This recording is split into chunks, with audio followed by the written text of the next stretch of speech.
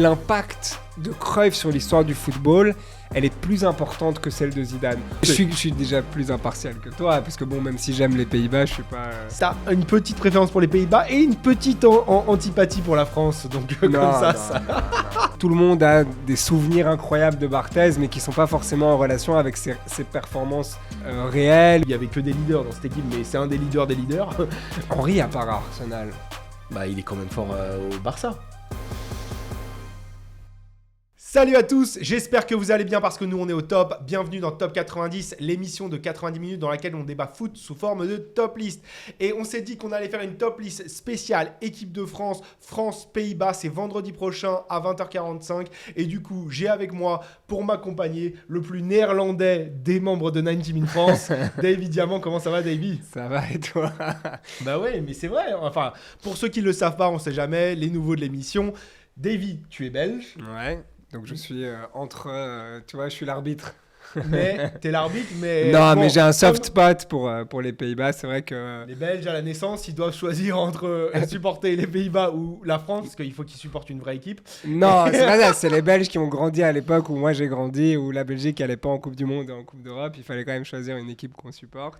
Et c'est vrai qu'avec la proximité des Pays-Bas et de la France, c'était toujours, bon, t'es plus pour la France, plus pour les Pays-Bas, et moi j'étais un vrai fan des Pays-Bas à l'époque. Et donc j'ai toujours quand même un petit sentiment pour eux et donc je suis content d'en parler aujourd'hui et surtout qu'ils ont aussi une belle génération maintenant aussi, donc on espère qu'ils vont retrouver leur plus belle. On espère, mais c'est des jeunes quand même, hein. Ouais, voilà, c'est des jeunes et c'est à voir, mais il y a quand même des talents très sympas et avec Coman, etc. Ils sortent un peu d'une crise aussi de ces dernières années, les Pays-Bas, donc il y a peut-être de l'espoir pour l'avenir. Bah écoute, on va voir ça et on verra ça à l'Euro cet été.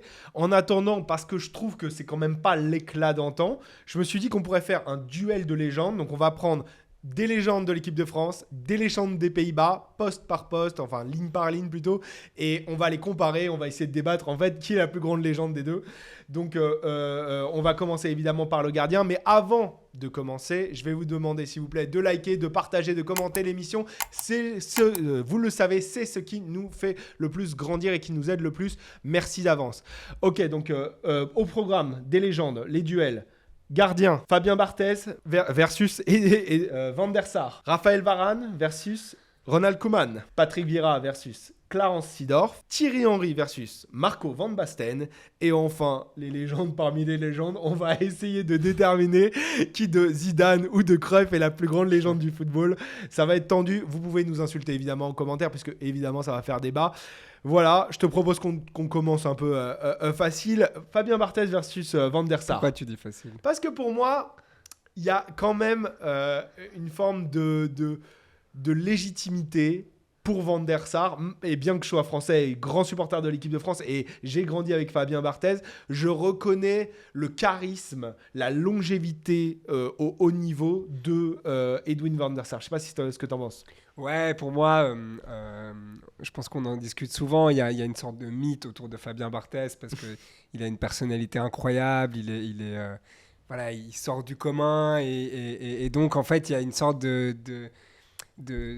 d'histoire, enfin que tout le monde a des souvenirs incroyables de Barthez, mais qui sont pas forcément en relation avec ses performances réel ou voilà, il n'y a pas à ce point-là une dichotomie. Il y a un charisme et une extravagance qui lui permettait de se sublimer parfois dans des grands rendez-vous et de marquer les esprits. Maintenant, c'est pas non plus Pascal Olmeta, quoi. Non, évidemment, voilà, c'est pas une pipe comme on dit, mais c'est pas non plus un gardien de légende. Enfin, au sens propre.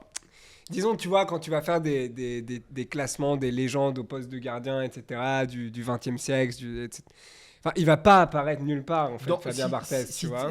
Tu veux dire surtout avec des gens qui sont pas français ou voilà, à l'échelle des gardiens de légende de l'histoire, il a pas vraiment là où Van der Sar, pour moi, indéniablement, il a sa place dans ce cas de figure. C'est une légende. Déjà, c'est une légende de plusieurs clubs aussi, de l'Ajax et de Manchester United. Une légende de Nantes et de Marseille. Mais bon, de l'Ajax et Manchester United. Il n'a pas su s'exporter de ouf. Enfin, je veux dire, à Manchester United, Barthez, C'est pas Van der Sar à Manchester United. Voilà, c'est ça. Et, Donc, tu vois, Van der Sar, c'est pas Barthez à Marseille. Hein. non, évidemment, mais je veux dire, je parle là dans comment tu t'exportes à l'étranger, tu vois. Je pense qu'on peut aussi parfois juger des joueurs sur ça. Ouais, t'es bon dans ton pays, mais une fois que tu t'exportes, t'es peut-être pas au même niveau. Et là, c'est un peu le cas pour Barthez. Après, où Barthez, il a marqué l'histoire de l'équipe de France. Et évidemment, il est champion du monde, donc c'est dur aussi. Champion du monde, finaliste 2006, Euro 2000, c'est le palmarès que n'a pas Van der Sar. Parce que si on compare les titres en club, Van der Sar a un palmarès plus prestigieux avec 2 Ligues des Champions. Ouais. On a aussi, excuse-moi, du coup, 4 Premières Ligues. Il y a une C3, donc Coupe de l'UEFA, qui est très très importante à l'époque.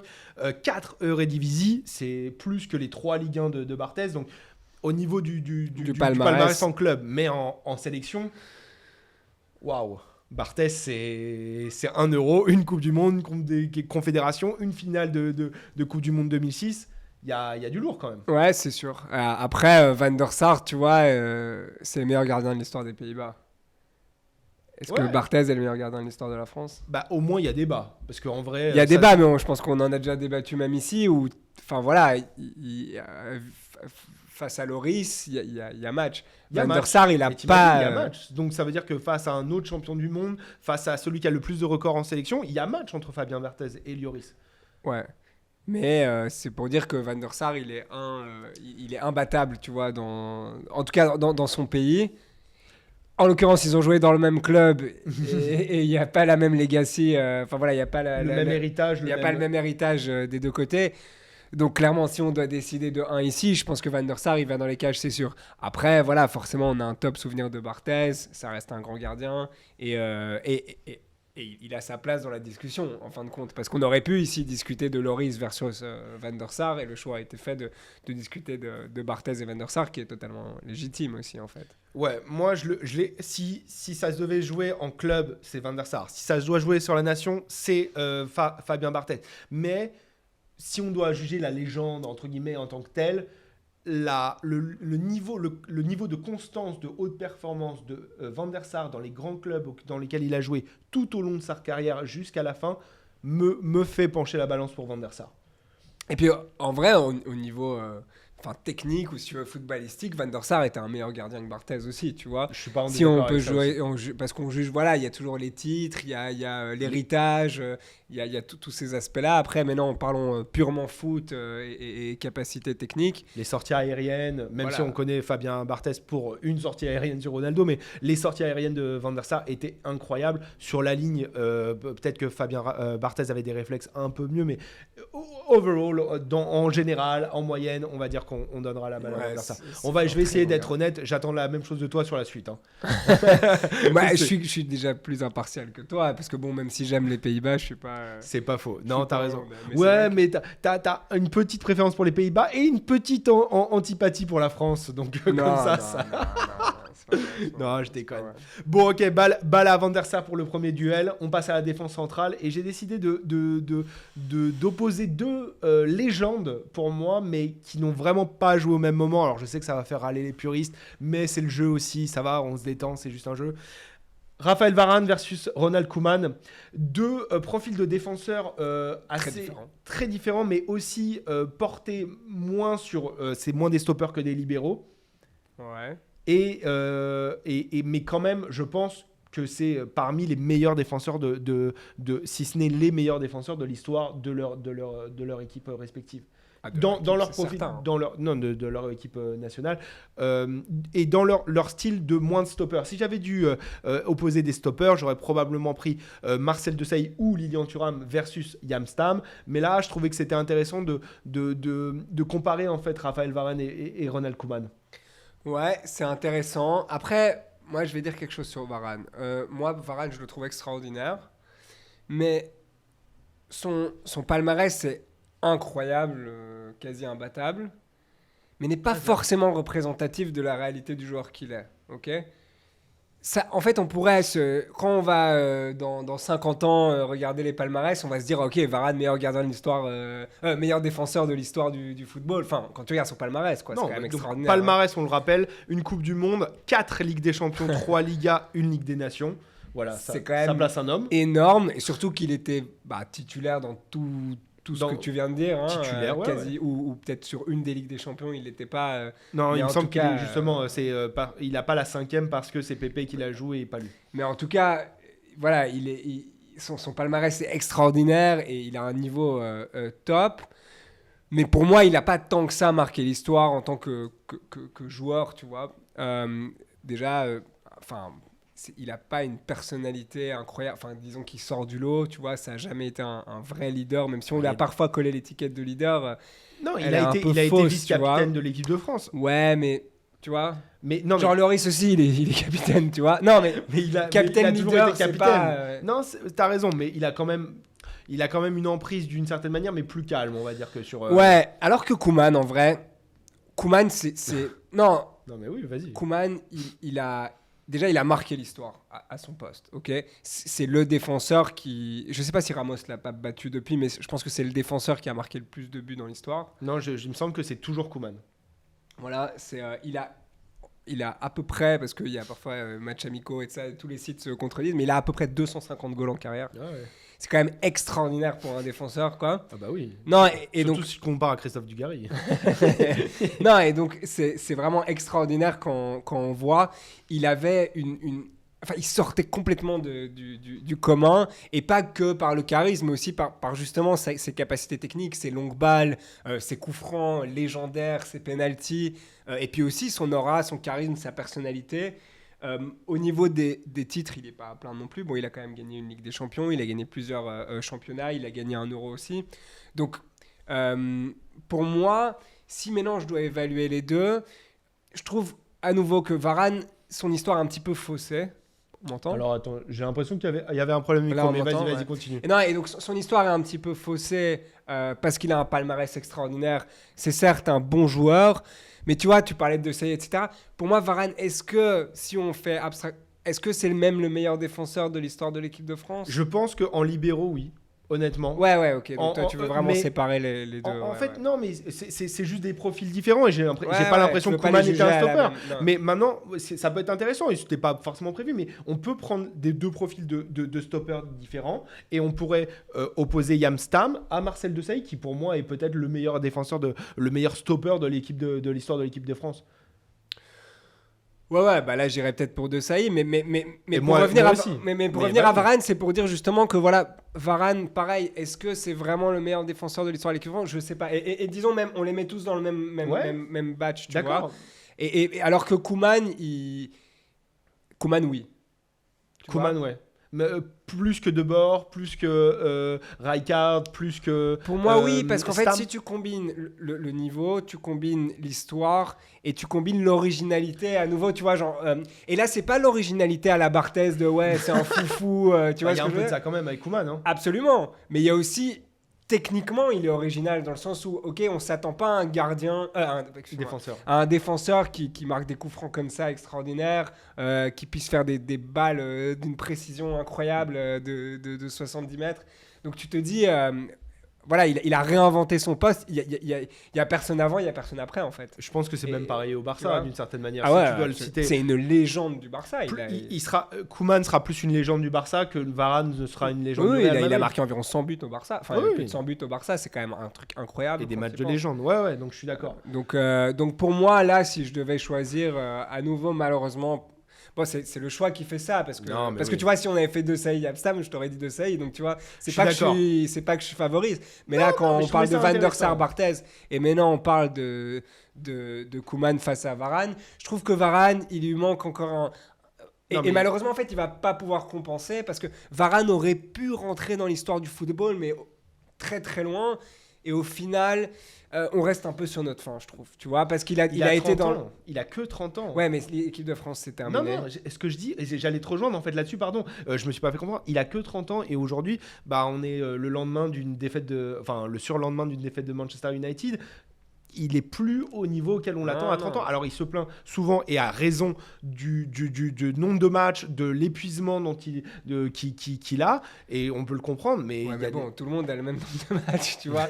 Non, dans le sens où il se trouve des excuses quand peut-être tu joues au Real aussi. Madrid, pas forcément justement. Non, mais je veux dire que voilà, on reste un peu sur notre fin avec Varane quand on voit son parcours. Non, t'es dur sur la fin en fait, je trouve. Là, on reste un peu sur notre fin. Il a 4 Ligues des Champions. Mais il a été mais c'est pas des top titres niveau. individuels. Non, mais Tu vois, il est même pas le meilleur défenseur de cette équipe qui gagne la Ligue des Champions. Tu vois, il est dans l'ombre de Ramos toutes ces années-là. Non, mais tu peux dire, alors, tout le monde aurait été dans l'ombre de Ramos et honnêtement, évidemment. oui, mais il est quand même ultra fort et je pense que s'il n'est pas au Real Madrid avec Sergio Ramos, en équipe de France, c'est lui le leader de la défense centrale. Mais tu vois, il part du Real Madrid un peu aussi pour faire sa carrière, tu vois. Genre, t'avais un peu l'impression quand il quitte le Real Madrid de bon ben voilà, je veux aussi pouvoir me prouver ailleurs, tu vois, en quelque sorte, il veut pouvoir me tester autre prouver. chose. Voilà, exactement.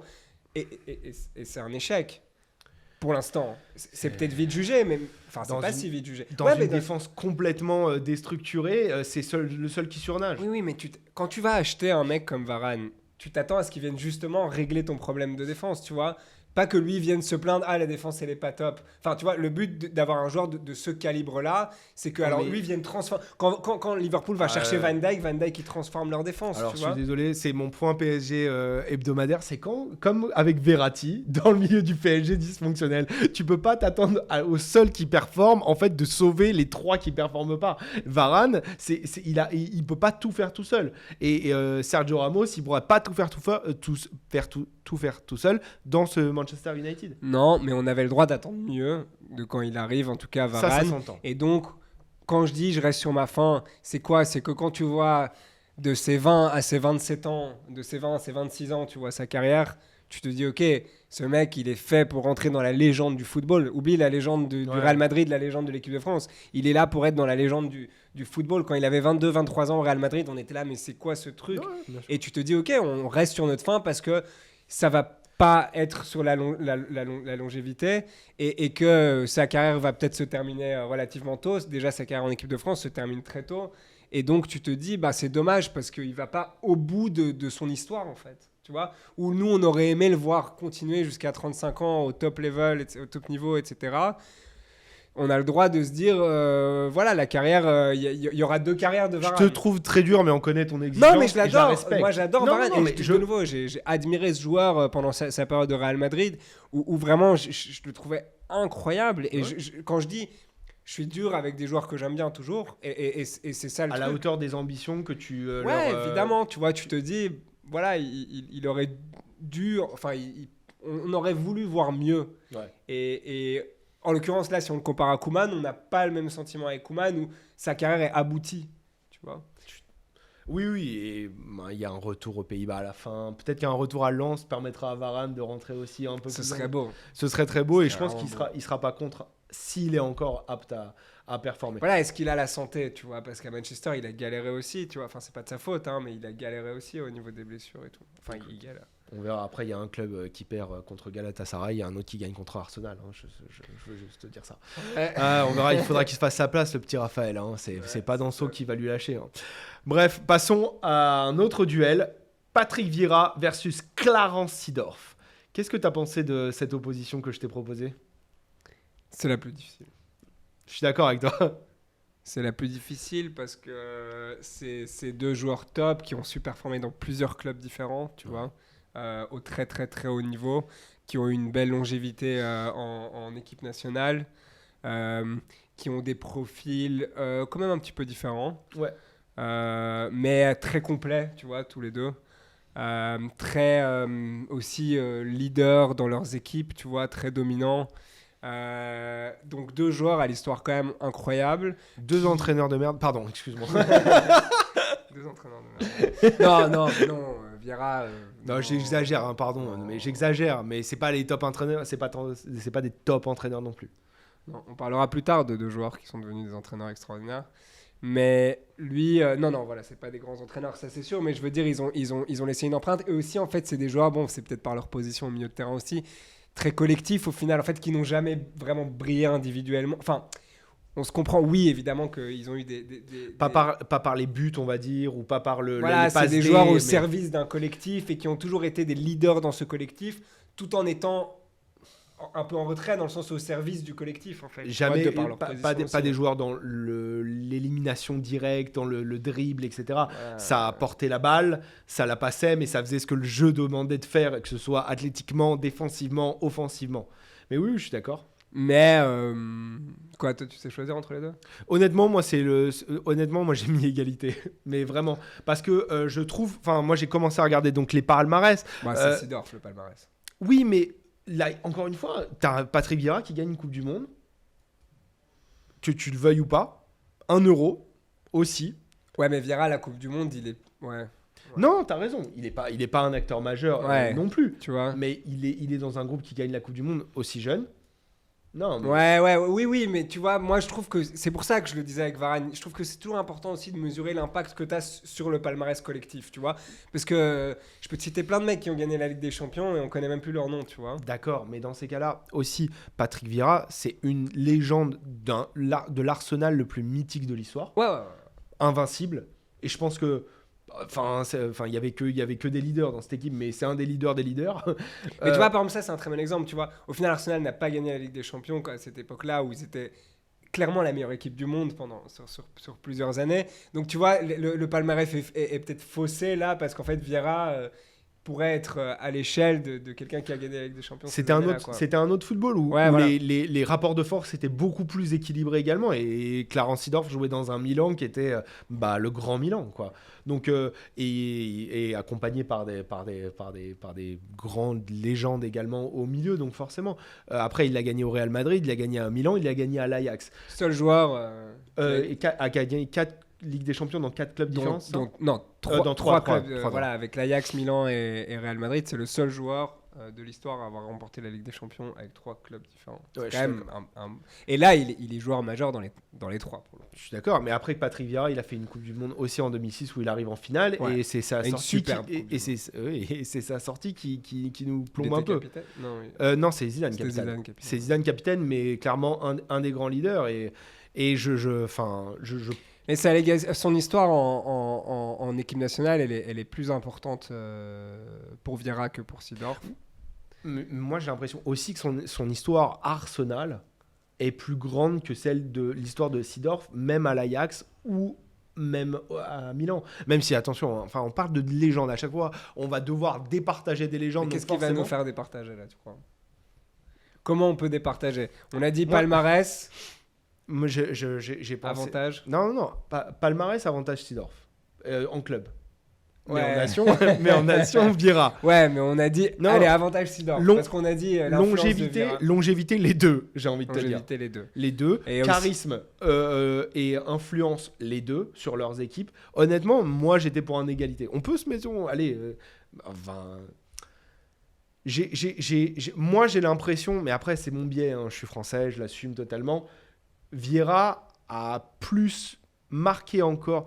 En fait, allez, peut-être que je vais dire, les gens vont me dire, c'est pas vrai, etc. Mais Pirlo est le maître à jouer d'un Milan, quand Patrick Vieira est la pièce maîtresse avec Thierry Henry évidemment, mais et des Bergkamp, etc. Mais d'un Arsenal. En fait, j'ai l'impression que l'absence de Vieira aurait été plus préjudiciable à son grand Arsenal que peut-être celle de Seedorf. Mais je veux bien entendre. En vrai, c'est comme objectivement, ils sont vraiment à la même hauteur. Je suis sûr que tu vas demander à un Italien entre les deux, il va te dire Seedorf. Tu vas demander à un Anglais, il va te dire Vieira. Je sais pas, tu vas demander à un Français, il va te dire Vieira a joué à la Juve et à l'Inter. Hein. Ouais, c'est vrai pour le coup. Et il a été très excellent. bon. Hein. Ouais, il a été très très bon. Il a été très très bon. Mais en Angleterre, c'est vraiment une grosse légende. Ouais. C'est vrai que Vieira, il y a une histoire énorme en Angleterre. Ouais, très dur à départager. Allez. Et c'est le seul duel pour moi qui est dur à partager. Égalité. Égalité. Et dites-nous en commentaire si vous deviez départager les deux, si vous mettriez Vieira ou Seedorf en avance l'un sur l'autre. Un autre duel qui va être intéressant, c'est Thierry Henry versus Marco Van Basten. Alors, c'est des joueurs dont le pic n'a pas été si long que ça. Tu vois, dans leur... Je suis pas d'accord avec celui d'Henry, par exemple. Ben, Henry à part à Arsenal. Bah, il est quand même fort au Barça. Ouais. Mais un petit ouais, quoi. Tu vois. Mais pas un petit Barça. Non, justement. Et en vrai, Henry au Barça, ouais, non. Quand même. Bah, il est titulaire avec Eto'o et Messi, quoi. Enfin, faut... Il marque pas les esprits. Il est pas hyper déterminant. Non, non. En fait, son histoire à Arsenal est extraordinaire, Henry, et tout le monde en parle tout le temps. Il est passé à côté d'un Ballon d'Or, c'est certain. Il est passé à côté d'une Ligue des Champions avec Arsenal aussi. Au final, il doit aller au Barça pour la gagner. Donc voilà, mais Henry était un joueur pareil. Voilà, en Angleterre, tout le monde dira c'est peut-être le meilleur joueur de l'histoire de la Première Ligue. Il a marqué les esprits, meilleur joueur de l'histoire d'Arsenal, ça c'est indéniable. Charisme de dingue, histoire en équipe de France, voilà, on n'a pas besoin de le répéter, c'est aussi peut-être un des meilleurs joueurs de l'histoire de l'équipe de France. Largement, il est au moins top 5. Hein. Enfin, top 5, et quand je dis top 5, c'est pas 5e. Voilà, non, donc, il y a eu un débat récemment, est-ce que Griezmann est top 3 et le troisième serait Henry si c'est pas Griezmann. Donc il y a un débat. Ouais, voilà, donc troisième égalité. Il marque l'histoire, il passe à côté d'un Ballon d'Or, c'est certain. Il a un superbe palmarès, que ce soit en club ou en équipe nationale. Après, tu as Van Basten. Van Basten, c'est le type de joueur pour moi qui n'existe plus, ou du moins qui est plus vu à la même valeur aujourd'hui, tu vois. Lui, son pic, il arrête sa carrière à 31 ans. Et ouais. Mais sur une blessure. Hein. Mais il gagne 3 ballons d'or. Et donc, tu vois... Il est imbattable sur son prime. En fait. Voilà, en fait, c'est ça. Et ce qui est fou, c'est que... Et c'est un peu la similitude entre les deux, c'est que si tu regardes les 3-4 meilleures années à ces deux joueurs-là, ils sont au-dessus de tout. La vérité, c'est qu'Henry, il y a quand même Ronaldo. Ouais, et alors Henry paye le fait qu'il avait trop d'adversaires pour pouvoir gagner le Ballon d'Or, là où Marco Van Basten a peut-être justement manqué d'adversaires et a pu gagner. Est-ce que Marco Van Basten, dans les années 2000, aurait gagné 3 Ballons d'Or, tu vois? Marco Van Basten, c'est Ronaldo avant Ronaldo. C'est le joueur, en fait, c'est le joueur qui révolutionne le poste parce que ce n'est pas qu'un neuf qui attend la balle pour faire ses tapines. C'est un mec qui est capable de orienter le jeu, de jouer vraiment au ballon. Et une donc, technique incroyable. Voilà, donc, c'est ça qui révolutionne dans le plus grand Milan de l'histoire. Donc, et même à l'Ajax, tu vois, j'ai noté parce que tellement. Mais t'as raison. Ça fout 154 buts en 174 matchs, tu vois. À une époque où les scores c'est 1-0, quoi. Ouais. Donc c'était voilà et où il était très très jeune à l'Ajax. En final, c'est ses débuts. Donc incroyable. Après, vraiment, ouais, c'est le genre de joueur. Tu vois ce que je veux dire, qui n'existe plus dans le sens où. Déjà, qui gagne 3 ballons d'or d'affilée à part Ronaldo et Messi, avec en fin de compte, enfin voilà, je trouve que c'est incroyable. Mais moi, en vrai, malgré mes critiques là pour Henry, excuse-moi, les 3 ballons d'or, du coup, j'ai un doute par rapport aux dates. Est-ce que c'est, mais je pense que c'est pré-ouverture des ballons d'or aux extra-européens.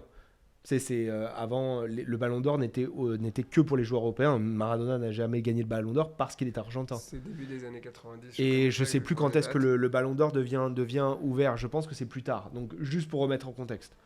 Mais vas-y. Ouais, mais c'est pour ça que je te dis que quand je disais ça, tu vois, tu te dis, bon, ok, est-ce que 15-20 ans plus tard, il aurait gagné de ces Ballons d'Or ? Je pense pas, honnêtement. Mais il a marqué les esprits. Il a été extraordinaire. Pas sur la durée, de nouveau. Moi, je préfère Henry. Pourquoi, alors, du coup ?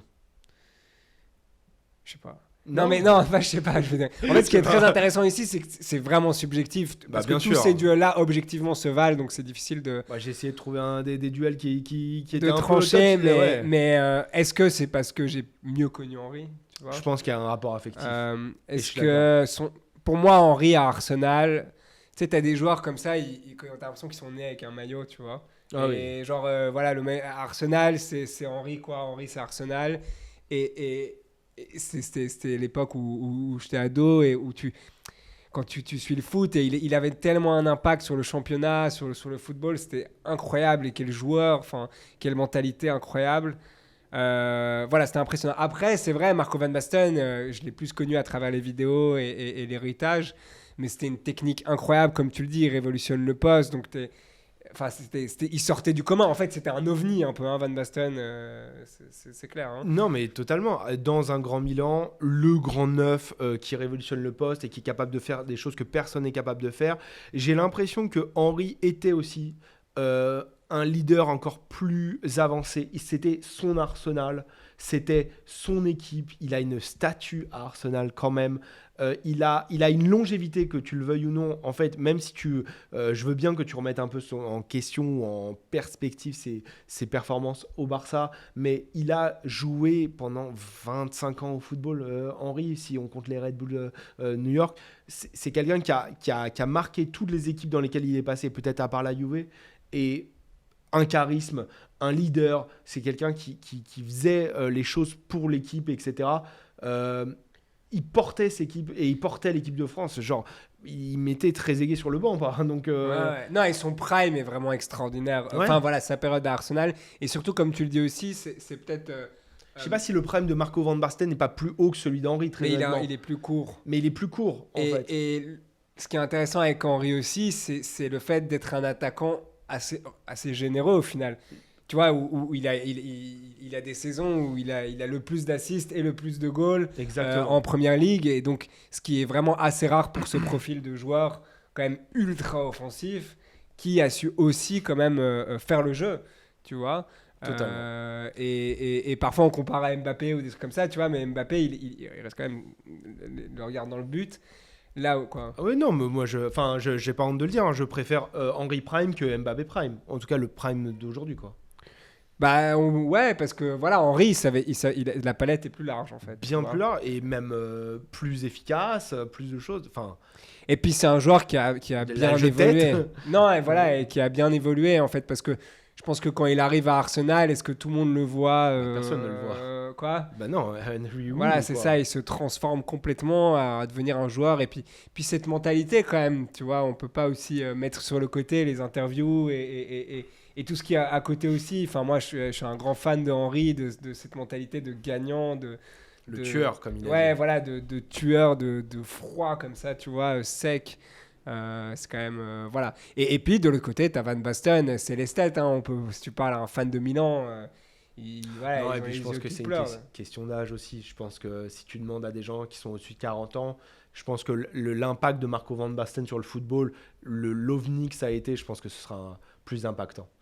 Mais bon, après, c'est une étoile filante. Bon, écoute, on sera tous les deux d'accord sur Henry au moins, mais pour des raisons très subjectives, comme on l'a dit. Ouais, parce qu'il y a vraiment match. Mais est-ce qu'il y a vraiment match, encore une fois, et 3 ballons d'or, ça se respecte. Bon, on va finir sur, je pense, un des duels les plus durs, mais les plus légendaires de l'histoire du football. Ce n'est pas un duel de légende France-Pays-Bas, mais un duel de légende du football et de l'histoire du football. C'était évidemment Zinedine Zidane versus Johan Cruyff. Ce duel peut tellement prendre de formes différentes que ça va être assez dur de le départager. Je te laisse commencer. Par quel biais tu as commencé à étudier ce duel et à essayer de te forger une opinion? Bon, déjà, ils sont pas vraiment le même poste, donc c'est vrai que ça a quand même un peu... T'as raison. Ça a été un peu difficile juste à ce niveau-là, parce que déjà, les stats, on peut pas les comparer. Ok, ça on est d'accord. Hein. Ouais, sur les buts, tu veux dire par exemple de Cruyff? Voilà, ouais, c'est plus un 9,5, mais voilà. Il était quand même le meneur de jeu. Ces deux joueurs aussi, dont la longévité n'était pas énorme, tu vois. Enfin, je veux dire, quand on compare aux joueurs d'aujourd'hui, surtout, c'est une autre époque, hein, évidemment. Ah ben la clope, ça aide pas, hein, quoi de côté. Voilà, c'est ça, donc forcément, ça. C'est deux joueurs qui, pareil, c'est deux joueurs qui ont un impact bien au-delà de leur club ou de leur sélection, ok ? Et c'est ça qui m'intéresse aussi avec cette catégorie de joueurs de vraiment VVIP, tu vois, genre très très très haut, le gratin quoi. C'est que ok, bon oui, Zidane il a marqué l'histoire du Real ou de la Juve ou de Bordeaux, mais il a aussi marqué l'histoire du football, tout comme Cruyff. Qui est un tournant dans l'histoire du football quasi en fait, hein. L'équipe de Cruyff elle change un peu la trajectoire, enfin elle change l'histoire du football. Donc comment on fait comme à chaque fois, on regarde un petit peu en club, on regarde un petit peu en équipe nationale l'impact qu'ils ont eu, c'est assez comparable. Le palmarès c'est plus important pour Cruyff. Cruyff il gagne 10 championnats. Ouais, pardon, oui. Club, ouais. Il gagne voilà, il passe à côté. Ça aurait été le fil rouge de ces duels, c'est le palmarès en club va toujours aux Néerlandais, le palmarès en équipe nationale va toujours aux Français. Ouais, c'est vrai, parce que les Pays-Bas, ils sont passés à côté d'une Coupe du Monde. Enfin, à plusieurs reprises, à plusieurs reprises, ils sont passés à côté de la Coupe du Monde. Donc, ils le payent forcément.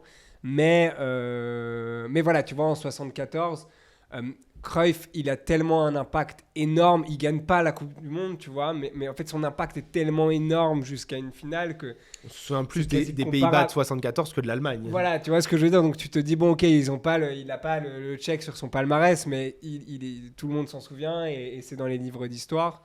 Donc ça... Mais c'est aussi l'équipe de Rinus Michels. Tu vois ce que je veux dire ? Ouais, mais en fait, c'est ça qui est intéressant. Par rapport à l'Ajax. C'est que pour moi, c'est ça qui fait la différence entre Cruyff et Zidane. C'est l'impact collectif au niveau vraiment du charisme et du jeu, encore plus important que Zidane. Parce que pour moi, Zidane, c'est un joueur individuel extraordinaire, tu vois. Genre, c'est un extraterrestre, tu vois, technique, qui fait que, peut-être un peu comme Messi, enfin, tu vois, voilà, c'est un joueur avec... Tu le regardes jouer, t'es ébloui, il améliore tous les joueurs qui sont autour de lui, etc. Mais Cruyff a été peut-être ce premier joueur à vraiment diriger une équipe sur le terrain, tu vois, où c'était l'entraîneur sur le terrain. Et tu vois, tu dis à juste titre avec Rinus Michels, mais il n'aurait pas pu faire ça s'il n'avait pas Cruyff sur le terrain, son relais sur le terrain, qui en fait était... comme quasi un coach déjà à son époque, et c'est ce qui va d'ailleurs l'emmener vers sa trajectoire de coach qui révolutionne le football. Bien sûr, bien sûr. Et son Barça des années 90. Voilà, c'est ça, tu vois, et qui va après à la finalité. Et donc, pour moi, l'impact de Cruyff sur l'histoire du football, elle est plus importante que celle de Zidane. En fait, sur l'histoire du football, Cruyff a un impact qui est mais même sans son coaching, tu vois, en tant que joueur. C'est là où... Parce qu'en tant que joueur, comme je te dis, il avait déjà ce rôle de coach que Zidane n'a au final jamais eu. Tu vois, où Zidane était un joueur extraordinaire individuel au sein d'un collectif qui améliorait le collectif. Mm-hmm. Mais la connaissance tactique, ou tu vois, l'apport tactique que Cruyff a eu, allié avec la technique, parce que tu vois, le fameux Cruyff turn, tu vois, genre les gestes techniques que tu vois de Cruyff. La roulette Zidane. Ouais, évidemment, mais lui combine les deux, Cruyff. C'est ça que je veux dire, c'est qu'en fait, il y avait déjà cette intelligence tactique vraiment surdéveloppée, tu vois, alliée avec une technique... Quoi ? C'est une tactique offensive aussi. Ouais. C'est une partie de la tactique. Ouais, mais oublie pas, à cette époque, justement, du football total, où Cruyff était un joueur, certes, offensif, mais avec quand même aussi un énorme impact plus large sur le terrain. Tu vois, tu peux pas le comparer aux attaquants d'aujourd'hui... Tu vois, non, et quand je dis offensif, c'est juste porté sur la manière dont tu attaques, mais il a aussi dit, je crois que c'est de lui la phrase, dans un match de foot, tu as le ballon 10 minutes en vrai, donc ce qui compte, c'est les 80 autres minutes où tu n'as pas le ballon. Mais tu le vois déjà sur les images, etc., comment il dirigeait son équipe depuis le terrain, tu vois, et en plus d'une technique vraiment extraordinaire. Et je dois le dire que Zidane, il était un joueur extraordinaire et très romantique aussi, un peu à la Van Basten, tu vois, de par son style de jeu vraiment tellement pur et tellement magnifique à voir. Mais il y a aussi un truc local en France. Non, mais c'est vrai. Mais attends, ça va au-delà, évidemment. On travaille dans une boîte, 90 Min, où il y a des gens du monde entier. Tout le monde trouve Zidane extraordinaire. On a toujours... Alors, on a toujours plus parlé de Zidane. Après, c'est une question de génération, je pense. Bien sûr. Mais on a toujours plus parlé de Zidane et de son impact dans les matchs sportifs en tant que joueur que de Cruyff. Ouais, mais ça, c'est vraiment dû aux générations, tu vois. Et en fait, pour moi, Zidane... Non, mais tu peux pas sous-estimer l'impact de Zidane en tant qu'image collective du joueur. Non, je le sous-estime pas du tout. Je dis juste que si tu vas demander à un Français où tu mets Zidane à l'échelle de l'histoire du football, il va peut-être te le mettre dans le top 5 de l'histoire du football, tu vois. Je pense que si tu vas demander à un non-Français, il va peut-être te le mettre dans le top 10, tu vois. Je suis pas sûr de ça, vraiment. Surtout si tu parles à des Brésiliens. Non, je pense pas, parce que justement, la plus grande force de Zidane, c'est d'avoir été présent dans les plus grands moments de son histoire footballistique, d'avoir été le game changer des plus grands moments. Il fait pas une excellente Coupe du Monde 98, mais il met 2 buts en finale. Sur la Coupe du Monde, Ah, la Ligue des Champions 2002, il te met le plus beau but jamais marqué en finale de Ouais. Ligue des Champions. Il a porté une équipe de France en 2006 à partir des huitièmes. Voilà, dans les grands moments, Zidane, c'est costard. Et ça marque en fait, ça, d'une empreinte qui n'est pas comparable avec un football des années 70 où il n'y a pas de retransmission télévisée. Et ça compte. Complètement. Et c'est vrai que c'est pour ça Ah, qu'il la même entre hauteur. dans la légende. Mais c'est vrai que l'impact de Cruyff, vraiment globalement, justement, comme tu le dis, ça veut dire qu'il transforme le football, tu vois, oui, avec un coach, etc. Mais je veux dire, il marque un temps dans l'histoire du foot. Et pour moi, pour cet impact-là, je suis obligé de favoriser Cruyff parce que l'impact qu'il a, et comme je te dis, même en tant que joueur, tu vois, sur le monde du football, il est tellement énorme. Ouais, mais ok, moi je l'entends. Évidemment que je vais pas comparer la legacy ou l'héritage de Zidane avec celui de Cruyff sur le football et ce qu'il est devenu avant-après. Maintenant, je veux juste qu'on parle aussi du fait que Cruyff, c'est un mec qui va pas en Coupe du Monde pour des problèmes de contrat, qui laisse son équipe tomber, qui laisse tomber son équipe parfois pour des histoires d'argent et de machin. Zidane, c'est le collectif avant tout. C'est un mec qui a toujours su faire briller le collectif avant tout. Son collectif, c'est le capitaine d'une équipe de France, c'est le mec qui fait briller les autres, il te met toujours dans les bonnes conditions, et ça c'est un truc qui est immense en fait, je pense, dans ce que tu représentes pour le football, qui est un sport collectif, et pour le poste qu'ils occupent, c'est celui numéro 10.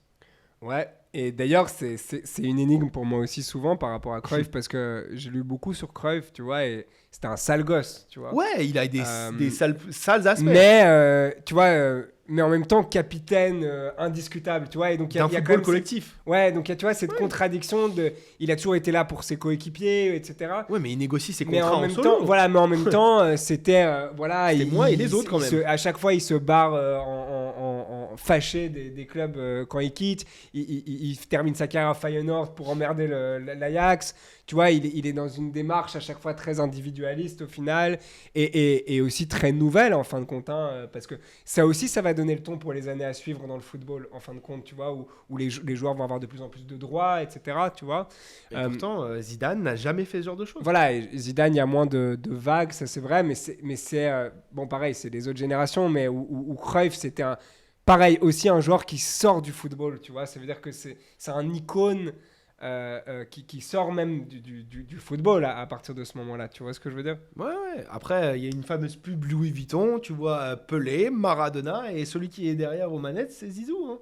C'est pas Cruyff, ça. Et c'est pas Cruyff. Ouais, mais il est à la même table. Non, bien sûr, je vais pas nier la table de Cruyff, évidemment. Donc, tu vois, en fait, pareil avec la subjectivité, je pense que tu peux mettre les deux. Après, niveau, tu vois, allez, si on va rentrer dans le jeu de les comparer en tant que coach aussi, tu vois, je suis un grand fan de Zidane, mais Cruyff a un impact trop énorme que pour qu'on puisse... Zidane a le palmarès, Cruyff a l'influence. Ouais, il y a un football avant et après Cruyff, il n'y a pas un football avant et après Zidane. Non, et puis Zidane, il faut que ça continue aussi, tu vois, pour qu'on puisse voir. Parce ça, que après, voilà, lui, il a l'Ajax et il a le Barça, tu vois, qui fait qu'il est extraordinaire avec deux clubs différents et il marque l'histoire en tant que joueur. Mais par contre, c'est vraiment les deux seuls joueurs de l'histoire qui ont su être autant légendaires en tant que joueurs qu'en tant que coach. Et ce qui est vraiment un exploit extraordinaire, parce que tu vois, on a mentionné avant des coachs qui sont des super joueurs qui sont devenus des pipes de coach. Et là, tu te dis, ces deux joueurs-là, bah, ils ont quasi une aussi belle carrière de coach que d'entraîneur, tu vois. Et ça, c'est quand même extraordinaire. C'est pour ça que les deux, ils méritent Enfin, voilà, ils méritent en tout cas les louanges qu'ils reçoivent.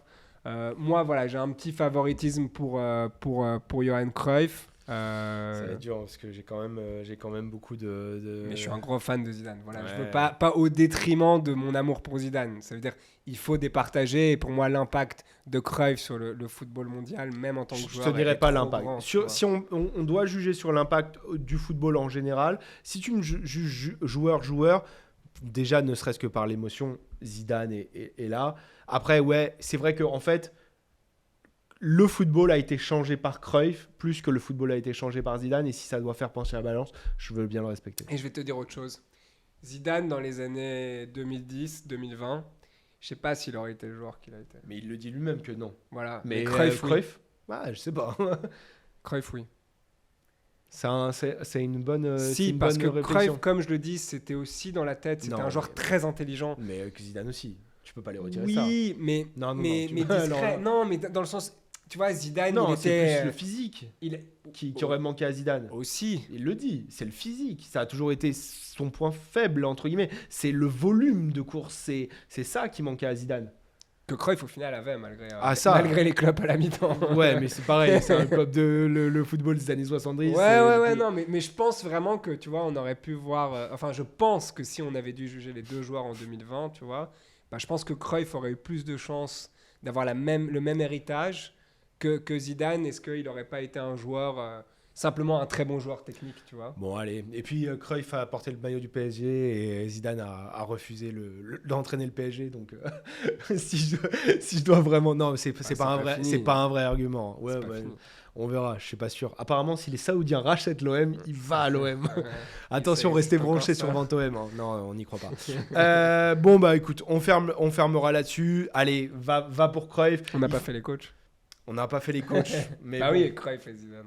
Enfin non, Zidane n'est pas coach. Non, mais non. De l'équipe de France. Cruyff, en tant que coach, je te donnerais quand même le truc à Cruyff quand même. Bon, c'était dur honnêtement. C'était des vrais duels de légende. C'est deux très grandes nations du football, du moins européen. Ouais. Tu vois, donc c'est ça qui... Après, comme tu l'as dit, hein, la France a l'avantage d'avoir gagné la Coupe du Monde déjà 2 fois. Donc qui fait vraiment la différence. Bon, écoute, peut-être la Coupe du Monde 2030 en Uruguay, / Maroc, / Espagne, / Portugal, / truc, comme nous l'avons Gianni Infantino. Peut-être ce sera pour les Pays-Bas. Une nation d'explorateurs de la mer, donc ce sera peut-être un avantage pour eux. Ouais. Bon, on ne sait pas. Bon, en tout cas, merci Davy. C'était cool d'en discuter avec toi. J'ai hâte de voir ce France-Pays-Bas. T'as un prono ? En fait, l'enjeu est plus important pour les Pays-Bas. Donc je pense que les Pays-Bas peuvent gagner. Ok. Un score ? 2-0 ? Ouais, je pense qu'il y aura 2-1 pour la France. Mais on verra. Bon, en tout cas, merci beaucoup. Merci de nous avoir suivis pendant cette émission. Si vous avez kiffé le concept, n'hésitez pas à nous le dire. On pourrait le refaire pour d'autres occasions. Si vous avez évidemment aimé l'émission en général, s'il vous plaît, partagez-la, commentez-la, likez-la, vous le connaissez. C'est ce qui nous aide le plus, je ne dirai jamais assez. En tout cas, merci beaucoup d'avoir été avec nous. Merci Joseph à la technique. Et puis, on se retrouve très vite et toujours au top. Salut à tous. Bye.